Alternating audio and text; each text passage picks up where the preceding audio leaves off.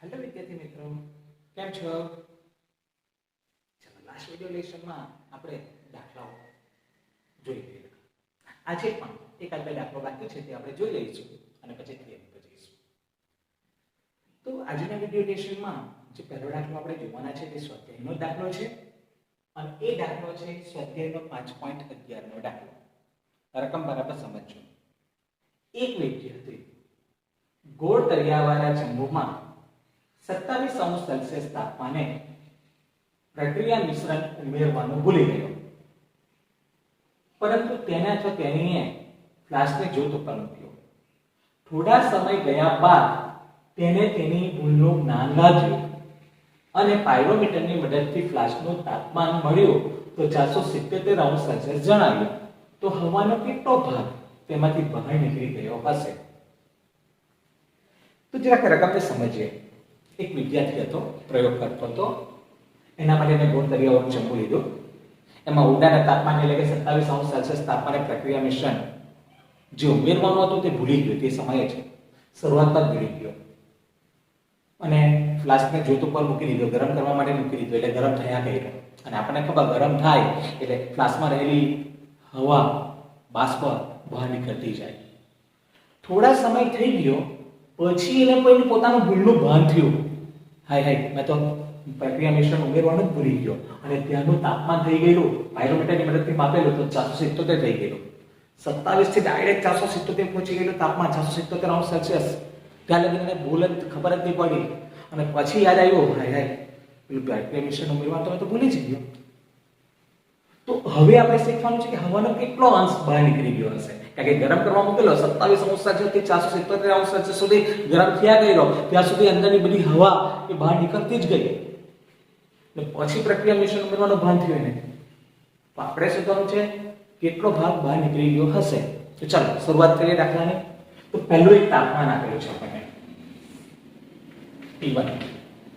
શરૂઆતનું જે આપણને 27°C આપેલું છે. કેલ્વિનમાં ફેરવવા માટે 273 ઉમેરી દઈએ આપણે એટલે 300 કેલ્વિન તાપમાન થાય.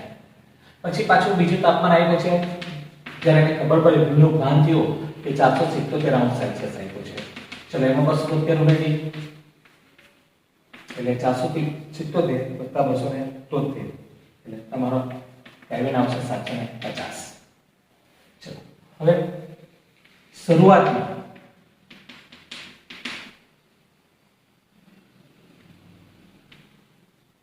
પાત્ર એટલે ફાસ્ટ પાત્રમાં હવાનું કદ જે V1 છે એને હું V ml ધારી લઉં. સોરી V ડેસીમીટર કે ધારી લઈએ. ચાલો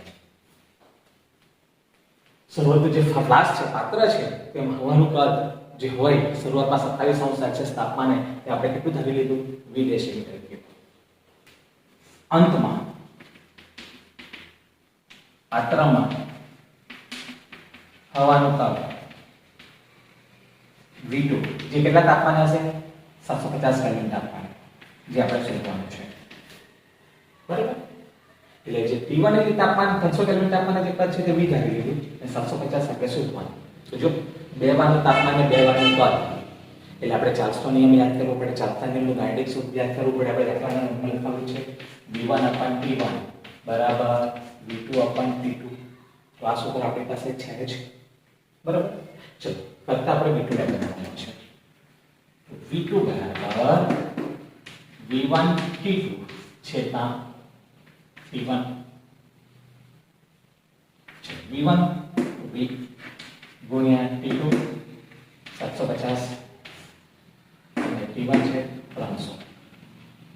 ચલો 750 ભાગ્યા 300 કરો તો 750 ભાગ્યા 300 કરશો તો આનો જવાબ આવશે 2.5 અને આ V2 બરાબર. આટલું ભાગાય અને આ એક લીટર આવશે. બરાબર છે? 2.5 V આટલા ડેસીમીટર કે સોરી એકમ ડેસીમીટર કીધું છે આપણે. ચલો હવે આપણને જોઈએ છે આ તો અંતમાં પાત્રની હવાનું બતાવ્યું પણ આપણે તો બહાર નીકળી ગયેલી હવા જોઈએ છે પહેલા, પછી આ શોધીશું. તો બહાર નીકળી ગયેલી હવા એટલે તો જે અંતિમ જે હવા હોય તેના કદમાંથી શરૂઆતનું કદ બાદ કરવાનું, બરાબર? એટલે અહીંયા જોઈશું બહાર નીકળી ગયેલી હવાનું કદ બરાબર v2 v1, બરાબર છે. ચલો v2 2.5 v અને v1 એટલે v, બરાબર? 2.5 માંથી v માંથી 1.5 બાદ કરીએ તો કેટલા આવશે? તો 1.5 v આવશે. બહાર નીકળી ગયેલી હવાનું કદ કેટલું આવશે? 1.5 v આવશે. 2.5 v માંથી v બાદ કરીએ 1.5 v આવે. પણ આપણને જોઈએ છે બહાર નીકળી ગયેલી હવાનો અંશ. બહાર નીકળી ગયેલ હવાનો અંશ બરાબર બહાર નીકળી ગયેલી હવાનું કદ છેદમાં અંતિમ હવા એટલે અંતિમ કદ એટલે આ 1.5 v છેદમાં 2.5 v v જાય અને આ જવાબ આપણે 0.6. હવાનો અંશ આવે 0.6. 1.5 પર 2.5 કરો તો 0.6 આવે. તો આ રીતે આપણે દાખલો કરી શકીએ, બરાબર છે? હું ફરીથી સમજાવી દઉં છું, ધ્યાનથી સમજજો. શું કહ્યું? એક વિદ્યાર્થી ગોળ ચર્યાવર્તન બોલી દેતો, ગોળ ચર્યાવર્તન એમાં 27°C તાપમાને પ્રક્રિયા 19 ઉમેરવાનું ભૂલી ગયેલો અને પછીની ફ્લાસ્ક પર મૂકી દીધેલો એટલે હવા બહાર નીકળી ગઈ. થોડા સમય પછી એને ભરલો બંધ થયો એટલે ત્યારે જે તાપમાન આવ્યું ત્યાં 477 અંશ થઈ ગયું એટલે હવા બધી બહાર નીકળી ગઈ. તો હવાનો અંશ પૂછેલો છે, બહાર નીકળી ગઈ. તો આપણે શું કરીએ? પહેલું તાપમાન જે છે 300 કેલ્વિન નું હવાનું કદ આપણે ધારી લીધું v. બીજું તાપમાન જે 477 છે એના કેલ્વિન 750 કેલ્વિન થાય એટલે એનું કદ આપણે શોધવાનું. એટલે v1 / t1 બરાબર v2 / t2 સૂત્રનો ઉપયોગ કર્યો અને v2 શોધી કાઢ્યું 2.5 v. પણ આપણે બહાર નીકળી ગયેલી હવાનું કદ જોઈએ એટલે v2 માંથી આ v1 બાદ કરવાનું એટલે 1.5 v આવ્યું. પણ આપણે હવાનું કદ નહીં, બહાર નીકળી ગયેલી હવાનો અંશ જોઈએ. તો આ બહાર નીકળી ગયેલી હવાનું કદ છે એમાં અંતિમ કદ, અંતિમ હવાનો અંતિમ કદ એટલે ભાગાકાર કરો એટલે અંશ આવી જાય 0.6. તો આ રીતે દાખલો કરી શકાય અને આ દાખલા પરીક્ષામાં તમને 3 માર્કમાં પૂછવામાં આવે. તો આ રીતે તમે કરી શકો. ઓકે,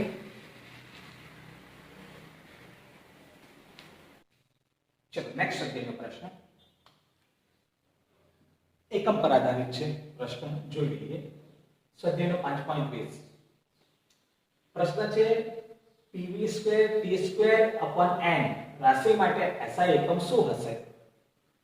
ચલો SI એકમ શોધવાના છે. આ જે પદ આપેલું છે તો પહેલા તો આપણે SI એકમ આ જે રાશિ આપેલી છે એનો કયા કયા છે તે જોઈએ. ચલો p એટલે દબાણ, દબાણનો SI એકમ આપણને ખબર પાસ્કલ. v એટલે કદ, કદનો SI એકમ આવે મીટર ક્યુબ, ધ્યાનમાં રાખવાનું. p એટલે તાપમાન, તાપમાનનો SI એકમ આવે કેલ્વિન. ને n y નો જથ્થો, જથ્થાનો SI એકમ આવે મોલ. બરાબર? તો બધા SI એકમ તમને પહેલા ખબર હોવી જોઈએ તો આ પ્રશ્નનો જવાબ તમે આપી શકો. તો દબાણનો પાસ્કલ, કદનો મીટર ક્યુબ, તાપમાનનો કેલ્વિન ને y જથ્થો એનો મોલ આવે. ચલો તો બતા જઈએ આપણે pv²t²/n. ચલો દબાણ તો પાસ્કલ, કદ એનો મીટર ક્યુબ એનો વર્ગ છે લાખનો વર્ગ કરી દઈએ. તાપમાન કેલ્વિન એનો વર્ગ કરી દઈએ. n એટલે પાસ્કલ ગુણ્યા મીટર 6 ગુણ્યા કેલ્વિન સ્ક્વેર છેદમાં મોલ. બરાબર? આપણે સાદું રૂપ આપીએ તો pascal metre 6 kelvin square into mole inverse. આ રીતે તમે SI એકમ તમે અહીંયા લખી શકો છો. બરાબર છે? આ રીતે તમે લખી શકો. ક્લિયર? તો આ તો SI એકમ પર આધારિત પ્રશ્ન. આવો પ્રશ્ન પરીક્ષામાં તમને 2 માર્કમાં પૂછી શકાય. બરાબર છે? બહુ સિમ્પલ છે, તમે જાતે આને ટ્રાય કરી શકો છો. આવું કોઈ પણ આપે તો તમારે એસઆઈ પણ ખબર હોવી જોઈએ. ઓકે, ચલો તો અહીંયા ટેક્સ્ટબુકમાં આપેલા છે સ્વાધ્યાય પર આધારિત કેટલાક પ્રશ્ન કે દાખલાઓ અહીંયા પૂરા થાય છે. હવે આપણે થિયરી પર ટોપિક ઉપર જવાના છે.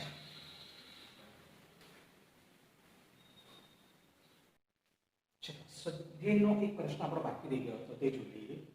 5.21 ચાર્લ્સના નિયમના શબ્દોમાં સમજાવો કે શા માટે -273 અથવા 273.15 સૌથી નીચું શક્ય તાપમાન છે. તો આપણી પાસે ચાર્લ્સના નિયમનું સમીકરણ છે. ચલો, કયું સમીકરણ છે ચાર્લ્સના નિયમનું? ચાર્લ્સના નિયમ મુજબ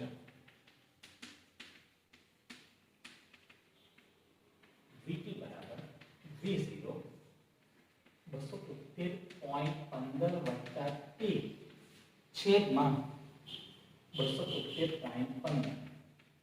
આ સમીકરણ ચાર્લ્સના નિયમ મેળવેલો તેમાં આ સમીકરણ આપણે મેળવી ગયા છે, યાદ કરો.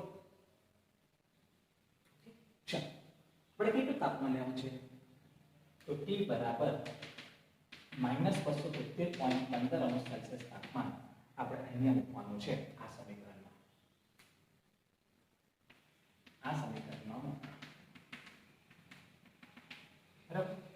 ચલો, VT બરાબર V0 273.15 વત્તા સોરી માઈનસ થશે 273.15 છેદમાં 273.15 એટલે VT બરાબર V0 0 ના છેદમાં 273.15 એટલે કિંમત 0 થઈ જશે અને આ તાપમાન -273.15 તાપમાન આવેલું છે. એટલે તમે જોઈ શકો છો -273.15 તાપમાને અહીંયા વાયુનું કદ કેટલું થાય છે? 0. એટલે કે આટલા નીચા તાપમાને, આટલા નિરપેક્ષ શૂન્ય તાપમાન તરફ જતા બધા વાયુઓ પ્રવાહીકરણ પામે છે. કેટલા તાપમાન સુધી કરતા બધા વાયુઓ શું થઈ જાય? પ્રવાહીકરણ. એટલે કહી શકાય કે આ તાપમાન -273.15 નીચામાં નીચું શક્ય તાપમાન છે અને આ તાપમાને વાયુનું કદ 0 થાય કે નિરપેક્ષ શૂન્ય તાપમાન કહેવામાં આવે છે. તો આ આપણા પ્રશ્ન જવાબ ફરીથી એકવાર સમજી લો. ચલો, ચાર્લ્સના નિયમ પ્રમાણે આપણી પાસે સમીકરણ છે VT બરાબર V0 273.15 ચલો, આમાં T બરાબર આપણે 273.15 નીચામાં નીચે તાપમાન મૂકવાનું છે અને એ જો મૂકો તો અહીંયા જવાબ આવે 0 એટલે VT બરાબર 0 અને T એટલે -273.15 એટલે કે -273.15 જે નીચામાં નીચું તાપમાન છે °C, તો એ વાયુનું કદ 0 થાય છે અને આ નીચામાં નીચા તાપમાન મૂકતા પહેલા બધા વાયુઓ પ્રવાહીમાં રૂપાંતર પામે છે. એટલે નીચામાં નીચું તાપમાન કહી શકાય અને આ તાપમાને વાયુનું કદ 0 થાય છે એટલે એને નિરપેક્ષ શૂન્ય તાપમાન પણ કહેવામાં આવે છે. તો આ તમને ખ્યાલ આવ્યો હશે.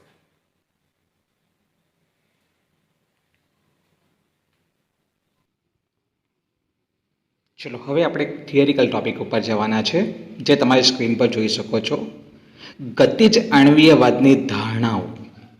ચલો, ધારણાઓ છે ડિસ્ક્રિપ્શન પોઈન્ટ છે એટલે હું તમને આ રીતે સમજાવીશ, બરાબર? એટલે અંદર જોતા જજો અને આપણે સમજતા જઈશું. ચલો, ગતિજ આણ્વીયવાદની ધારણાઓ અથવા બરાબર, તો ગતિજ આણ્વીયવાદની જે ધારણાઓ છે ને તે આ પરમાણુઓ અને અણુઓની સાથે સંબંધિત છે. આપણને ખબર કે પરમાણુ કે અણુઓ એ તો બહુ સૂક્ષ્મ બિંદુ, બહુ નાના કણો, એને આપણે જોઈ શકતા નથી, બરાબર? જેથી એમ કહેવાય કે આ જે ગતિજ આણ્વીયવાદ જે છે ને તે વાયુઓનો સૂક્ષ્મદર્શીય નમૂનો કહેવાય, બરાબર? તો ફરીથી એકવાર રિપીટ કરી લઉં.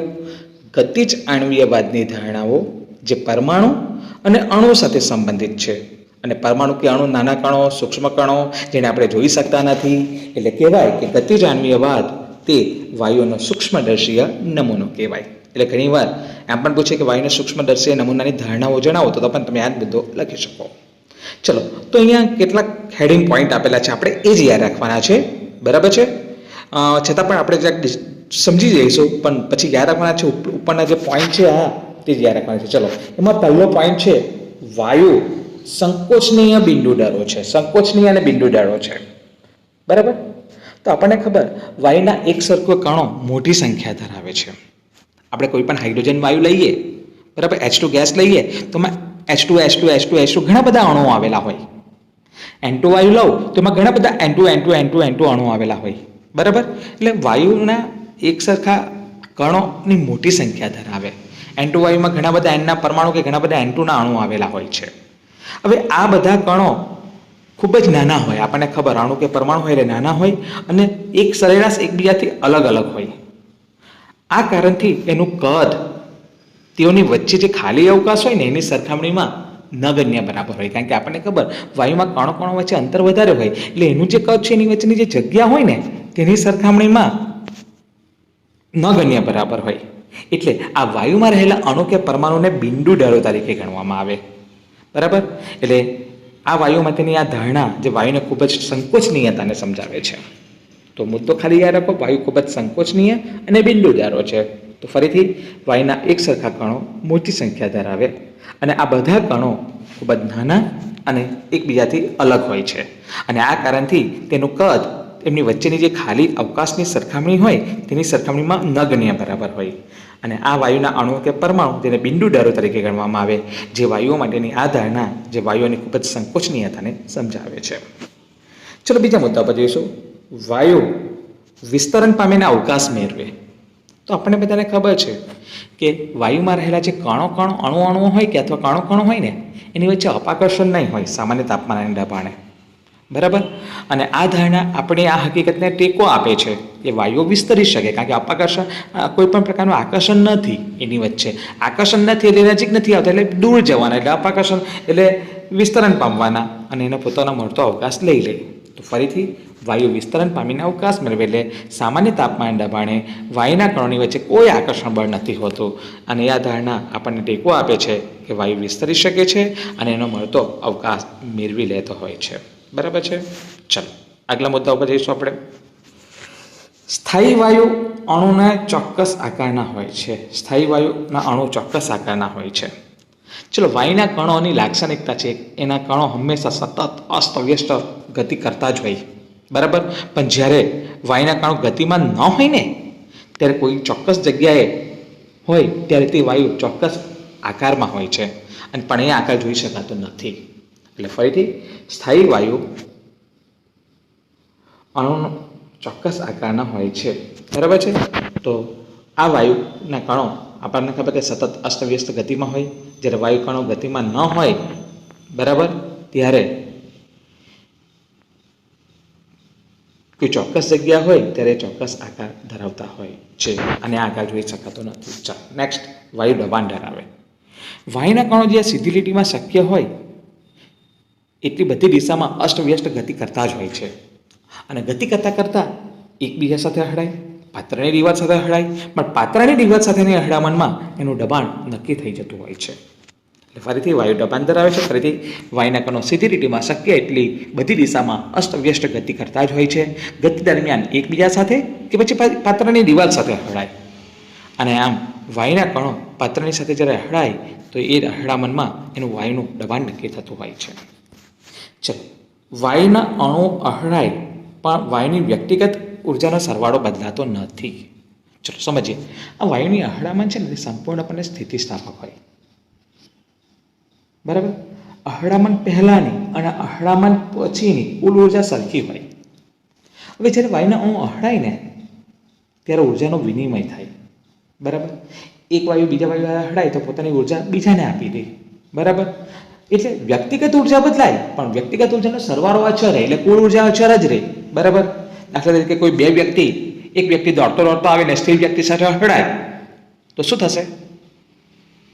તો સ્થિર વ્યક્તિની ગતિ જે દોડતા વ્યક્તિના ગતિમાં આવી જશે અને દોડતા વ્યક્તિની જે ગતિ છે તે સ્થિર વ્યક્તિની ગતિમાં આવશે. એટલે જેવો હળાશે એટલે સ્થિર વ્યક્તિ ધક્કો ખાઈને પડશે ને પેલો સ્થિર થઈ જશે.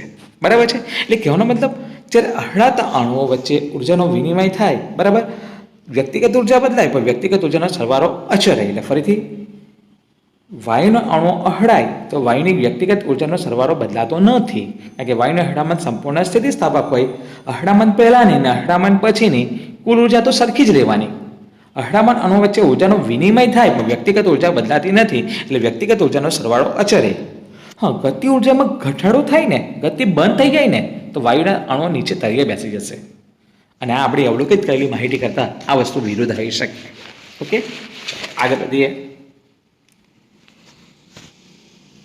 કોઈપણ તાપમાને વાયુના કણો અહડાય તો પણ ઝડપની વેગની અચર જ હોય છે. કોઈ એક સમયે વાયુના જુદા જુદા કણો જુદી જુદી ઝડપ ધરાવે એટલે એની ગતિ ઉર્જા પણ જુદી જુદી આવે. હવે આ ધારણા ઉપરથી આપણે વાત બી છે એમ કહી શકીએ, કારણ કે કણો જ્યારે અહડાય ને ત્યારે એની ઝડપ બદલાતી હોય. મેં અત્યારે જ વાત કરી, બે વ્યક્તિ અહડાય તો સ્થિર વ્યક્તિની ઝડપ ગતિમાં દોડતા વ્યક્તિમાં આવી જાય અને દોડતા વ્યક્તિની ઝડપ સ્થિર વ્યક્તિમાં આવી જાય, એટલે ઝડપ બદલાય. હા, પ્રારંભમાં બધા કણોની ઝડપ સરખી હોય, પણ અહડામણ થયા પછી વ્યક્તિગત ઝડપ બદલાય. બરાબર, વ્યક્તિગત ઝડપ બદલાતી જશે અને કોઈ એક તાપમાને અચર થઈ જશે. બરાબર છે. ફરીથી, કોઈ પણ તાપમાને વાયુના કણો અહડાય તો ઝડપની વહેંચણી અચર રહે છે. બરાબર છે.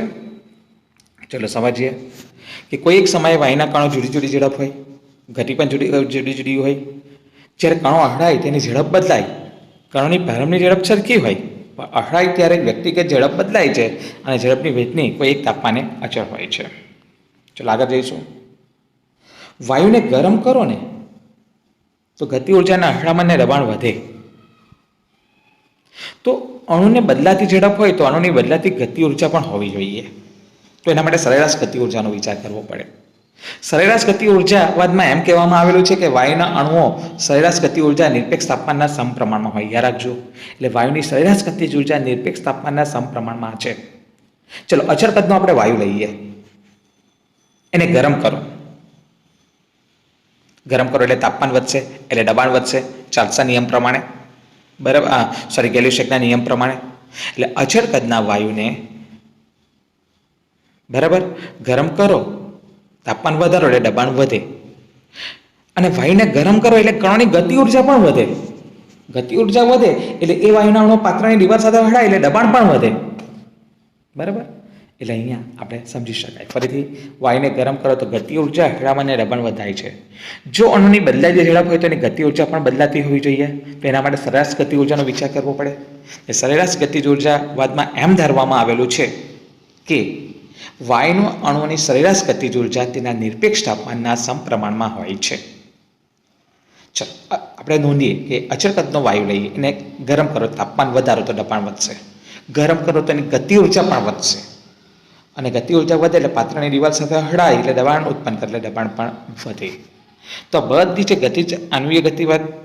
ગતિ આન્વીયવાદની જે ધારણાઓ શીખી ગયા તેનો ઉપયોગ જોઈ લઈએ કે વાયુનો ગતિજવાદ આપણે અભ્યાસ કરેલા બધા વાયુના નિયમોને સૈદ્ધાંતિક નિરૂપણ કરવામાં મદદરૂપ થાય છે. વાયુનો ગતિજવાદ પર આધારિત પ્રાકથનો, ગણતરી, પ્રાયોગિક અવલોકનની સાથે ખૂબ જ સારી રીતે સંમત થાય છે અને આ નમૂનાનું વાજબીપણું સ્થાપિત કરે છે. બરાબર છે. તો ઠીક છે, આખો આપણે ગતિજવાદની ધારણાઓ શીખી ગયા, પણ એના મેઇન મુદ્દા યાદ રાખજો. આખી થિયરી બહુ કંઈ ખાસ કરવાની જરૂર નથી, એટલે હું તમને આમાં સમજાવેલું છે. હું ફરીથી રિપીટ કરી લઉં. વાયુના ગતિજવાદની ધારણાઓ ફક્ત પરમાણુને અણુઓ સાથે જ સંબંધિત છે અને એ સૂક્ષ્મ બિંદુઓ કણો છે. એટલે ગતિજાન્વીયવાદ એ સૂક્ષ્મદર્શીય નમૂનો કહેવાય. બરાબર, એટલે આ સૂક્ષ્મદર્શીય નમૂનાની ધારણાઓ પણ કહેવાય. મુદ્દા યાદ રાખો. વાયુ ખૂબ જ સંકોચનીય અને બિંદુ દળો છે. બીજો મુદ્દો, વાયુ વિસ્તરણ પામીને અવકાશ મેળવે છે. ત્રીજો, સ્થાયી વાયુ અણુ ચોક્કસ આકારનો હોય છે. ચોથું, વાયુ દબાણ ધરાવે છે. પાંચમું, વાયુના અણુઓ અહડાય તો વાયુની વ્યક્તિગત ઉર્જાનો સરવાળો બદલાતો નથી. આગળ, કોઈપણ તાપમાને વાયુના કણો અહડાય તો એની ઝડપની વહેંચણી અચળ રહે છે. વાયુને ગરમ કરો તો ગતિજ ઉર્જા, અહડામણ અને દબાણ વધે છે. તો આટલા મુદ્દા એની અભિધારણા માટે આપણે યાદ રાખવાના છે. તો આ આપણો મુદ્દો જોઈ ગયા આપણે ગતિજ આણ્વીયવાદની ધારણાઓ. બરાબર, જે આપણે અહીંયા ઉપરથી જોઈ ગયા, તો તમને ખ્યાલ આવી ગયો હશે. બરાબર, તો આજના આપણા વિડીયોમાં કરેલા દાખલાઓ અને આ ગતિજ આણ્વીયવાદની ધારણાઓ, બરાબર, જરાક એકવાર સમજી લેજો. બરાબર, થેન્ક યુ.